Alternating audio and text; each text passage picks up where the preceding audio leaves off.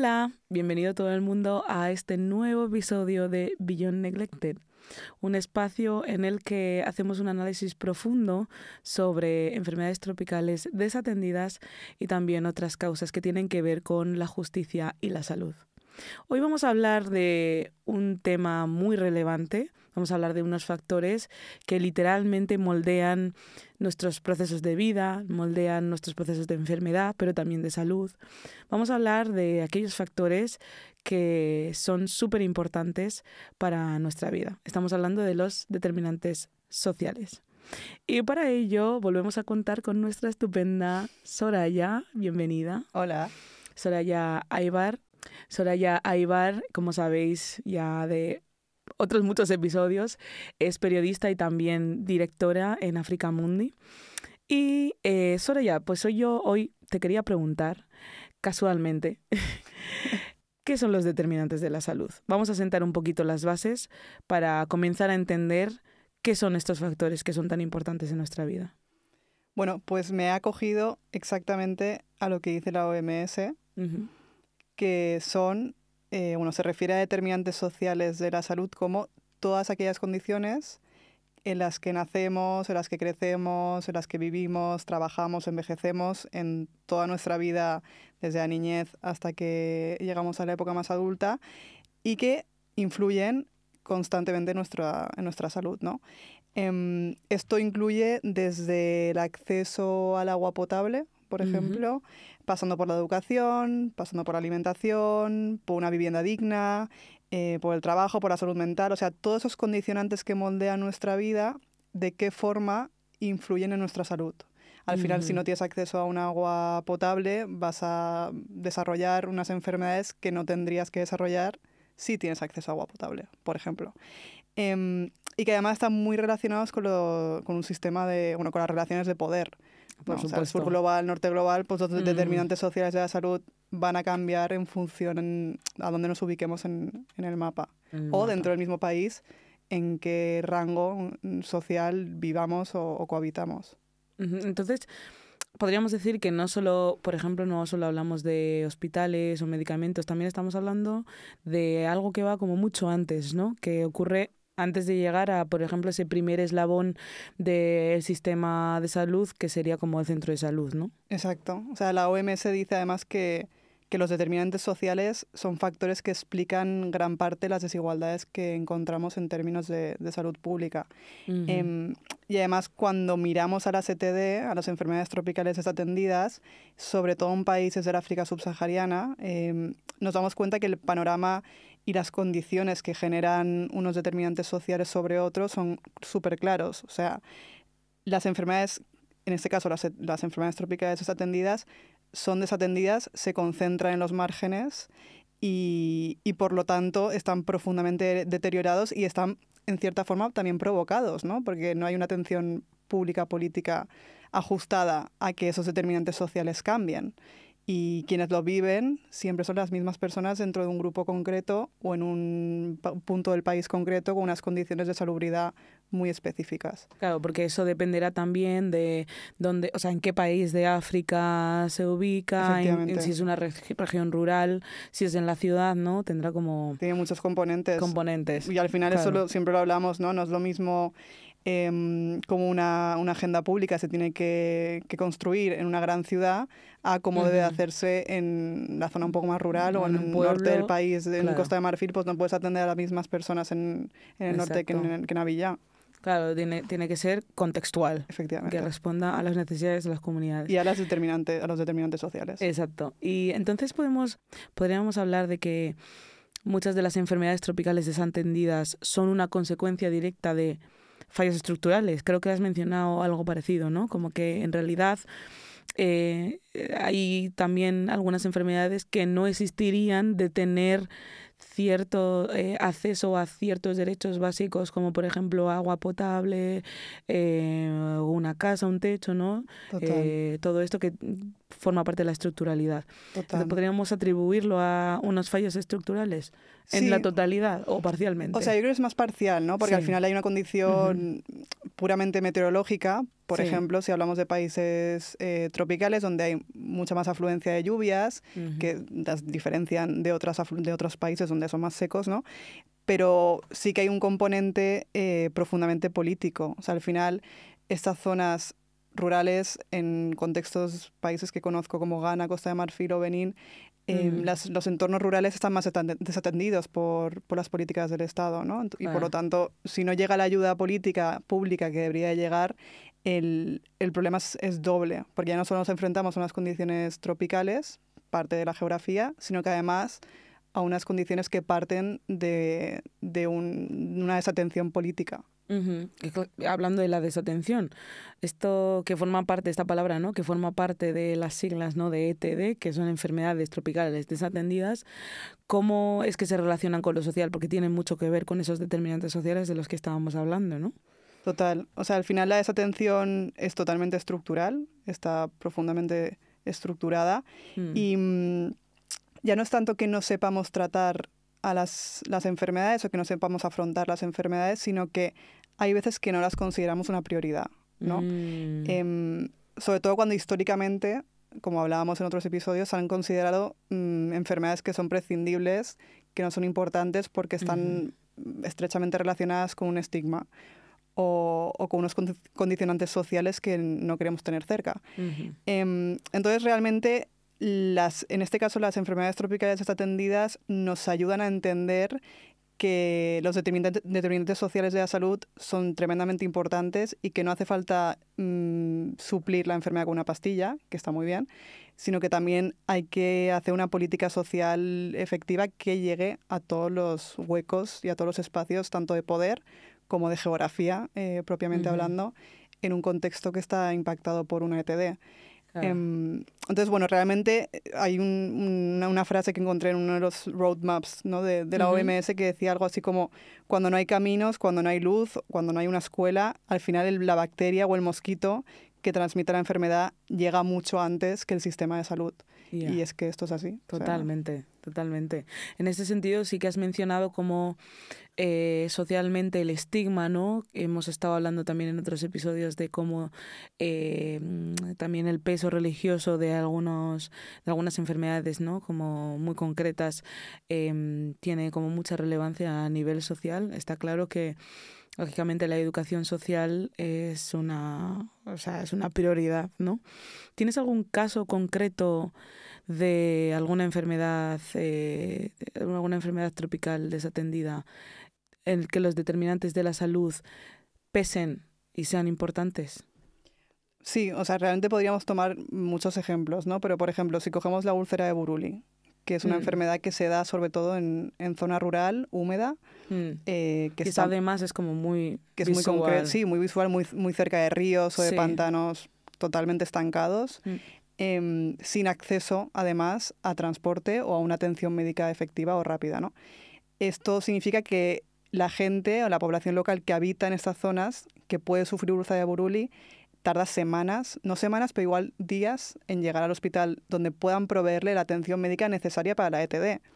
Que una cosa es que llegues a un centro médico para que te puedan proveer de un contagio X, pero otra es que tengan el material necesario o la ayuda necesaria para una lepra o una úlcera de Buruli en este caso. Entonces, realmente que en este tiempo que va pasando, que transcurren días, en este caso la úlcera de Buruli se sigue propagando y sigue afectando a otra parte de la comunidad, se siguen contagiando otras personas del entorno cercano al primer caso que se ha detectado, y por lo tanto ya no se convierte en un problema médico, que también, y volvemos a lo de antes, parcialmente lo es, pero también es un problema de abandono estructural. De que no haya en 50 kilómetros a la redonda un centro de atención específico equipado para una ETD, cuando sabes que hay incidencia de ETD. Exactamente. ¿No? En tu zona. Entonces, podríamos decir que hablar de ETDs es también hablar de territorio y obviamente geografía política, ¿no? Total. O sea, podemos hablar de comunidad. Completamente político y también de justicia, sobre todo de justicia social, ¿no? Social, sí. Y porque lo que convierte a una enfermedad en desatendida no es la complejidad clínica, y eso lo llevamos viniendo diciendo todo el capítulo, sino también la negligencia de quienes sufren esa enfermedad. Sí. Y eso requiere de una justicia social para paliar los efectos que no son solo físicos, sino que terminan siendo muchas veces de carga mental o de salud mental que acarrean esas personas que sufren ETDs. Exacto, porque bueno, mayormente las enfermedades tropicales desatendidas de las que estamos hablando son desatendidas, y hemos mencionado el factor estructural, precisamente porque la mayor parte son vividas por personas del sur global, ¿no? En este caso estamos hablando úlcera de Buruli, ¿no? Y más enfermedades que tienen más incidencia en países del sur global. Sí, total. ¿no? Y por eso hablamos de esa desigualdad y por tanto lo de la justicia social, que es indispensable. Bueno, en unos informes, ¿no?, sobre impacto muchas veces hablamos de mejorar las condiciones más allá del tratamiento, ¿no?, del tratamiento sintomático o el tratamiento de la enfermedad. ¿Cómo es que se mide ese impacto? Pues los informes de impacto que mencionas, por ejemplo, se miden en el acceso al agua segura, es decir, qué cantidad de kilómetros tienes que andar o desandar para acceder a agua potable, en la reducción del estigma, que eso es más complicado de medir porque al final es más cuantitativo que cualitativo. Perdón, al revés, es más cualitativo que cuantitativo. Sí. Pero también es un condicionante que se empieza a tener en consideración en los entornos de comunidad rural. Pero hay otros tantos como la mejora del transporte sanitario, el aumento de diagnósticos tempranos, que eso al final es súper cuantitativo. Y en la formación. O sea, si tú formas a tu equipo médico, si cada vez formas a más gente, los resultados van a ser positivos. Mejores. Evidentemente. Pero también se ve en lo cotidiano o lo que a nivel social merma mucho más en la comunidad. Es decir, si una niña o un niño ha sufrido lepra o úlcera de Buruli, tiene un rastro físico de esa enfermedad y decide volver a la escuela, significa que ese niño o esa niña ha hecho un trabajo de fondo a nivel psicológico, en el sentido de que sabe que a pesar del estigma que pueda acarrear volver a sentarse en el pupitre con sus compañeros y compañeras, lo está haciendo. Y eso no es tan cuantitativo, pero es muy cualitativo. Y también se está teniendo en cuenta a la hora de medir el impacto del trabajo que se hace desde Fundación ANESBAT, por ejemplo, o otras entidades, en mejorar el acceso a la salud y en todas las condiciones sociales en las que hablamos, los resultados que eso tiene en el largo plazo, ¿no? Que esa niña o ese niño puede volver a reinsertarse en la escuela y a seguir su educación primaria o secundaria a pesar de que ha sufrido una ETD. Claro, me encanta el ejemplo de la niña, porque además muchas veces cuando hablamos de enfermedades tropicales desatendidas nos las imaginamos en adultos, ¿no? Efectivamente. Y nos olvidamos que también hay infancias que viven esto y que obviamente eso repercute en su educación primaria. Qué guay. Total. ¿Cómo se integraría en los programas de intervención esto que has mencionado? Bueno, realmente lo que se está haciendo, a pesar de que han habido muchos cambios en los últimos años, pero en esta última década, a través de los programas integrados que está liderando la OMS, se están llevando a cabo enfoques multisectoriales, ¿no? O sea, ya no sirve solo con un equipo médico, sino que también hay que ir más allá y coordinar la atención educativa, los servicios sociales, la infraestructura, escuchar a las comunidades, o sea, generar espacios de debate, eso es súper importante, yo creo. Claro. Y luego también algo que en mi caso vi en Costa de Marfil, y es que la persona que sufre una ETD ya no solo es atendida por un equipo médico, sino que también tiene una asistencia psicológica dentro del centro sanitario. Es decir, esa persona no tiene que luego buscar una atención psicológica después, otro recurso, tiempo, dinero.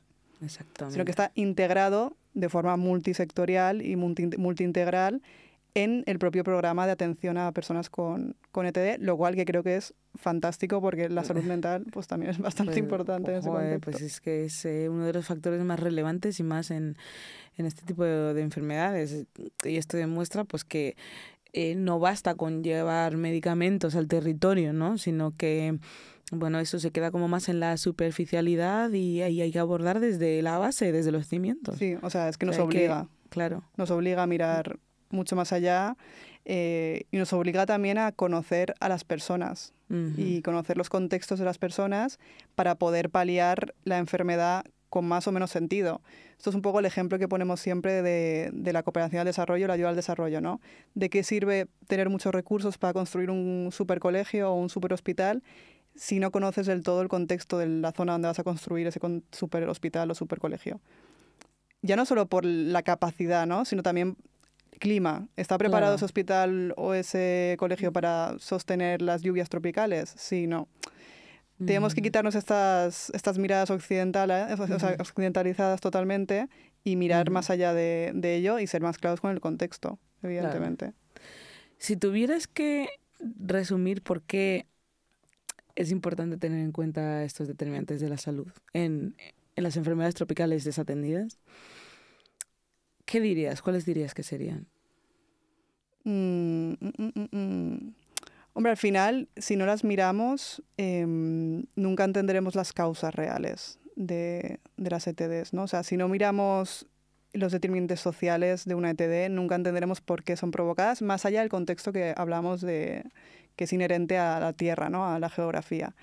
Y luego también creo que es muy importante saber que son profundamente políticas y que requieren de una acción política. Ya no solo de los gobiernos locales o centrales nacionales de cada país donde hay más ETD, sino también de las organizaciones que trabajamos con estos gobiernos. Tenemos que aunar fuerzas con ellos y con ellas para poder paliarlo de la forma más efectiva posible y siempre respetando evidentemente el devenir o el contexto de estos países. Yo creo que eso sería como un poco lo más importante para poder trabajar de cara a un futuro real, ¿no? Porque al final, bueno, es importante que no todo sea papel mojado. En muchos casos lo es, ¿no? Pero bueno, gracias al trabajo de personas como tú, ¿no? Bueno, y como y también bueno, intentamos que vaya más allá, ¿no? ¿A ti qué te gustaría? ¿Qué te gustaría que se llevara la gente que te está escuchando en casa o, yo qué sé, yendo al trabajo, la gente que nos está escuchando en nuestra audiencia? ¿Qué te gustaría que se llevara hoy a casa? Yo creo que básicamente que la salud no es un lujo, ni mucho menos es un derecho. También cuando hablamos de migración, me estoy yendo a otro tema, ¿no? Pero la migración igual que es un derecho, no es un lujo, ni es un derecho igual que puede ser la salud, ¿no? Exactamente. Entonces yo creo que hablar de determinantes sociales, en este caso, cuando hablamos de salud, es hablar de la dignidad de cada uno y además ser coherentes, ¿no? con esas enfermedades que son desatendidas para invisibilizarlas y ponerlas de frente, hablar de ellas con propiedad, y con todos los derechos que requiere hablar de ellas. Así que yo creo que simplemente lo más importante es aprender a no girar la cara y aprender a no preocuparnos por aquello ajeno cuando realmente igual no lo es tanto. Y que la salud no es un lujo, ni mucho menos. Es un derecho que nos pertenece como seres humanos que estamos en la Tierra. Exactamente, eso es lo primero, ¿no? Nuestra condición de humanidad. Muy importante esto que has dicho sobre el girar la cara, ¿no? Porque cuando hablamos de enfermedades desatendidas, nosotros también podemos contribuir a eso, ¿no? Si pues, pues nos es indiferente, ¿no? En un momento nos es indiferente ese tipo de enfermedades que además es que afecta la vida de miles y miles de personas, pero que por estas condiciones estructurales que hemos mencionado antes se hacen peor. Pues muchas veces eso, contribuimos a que estén desatendidas, ¿no? Pues está también en nuestra mano, ¿no? En nuestra capacidad también poder transformar, ¿no? Y de eso hablamos muchas veces en la Fundación ANESBAD, de la capacidad de transformar que tenemos cada una de nosotras que estamos en este mundo y que queremos que el mundo sea mejor, ¿no? Total.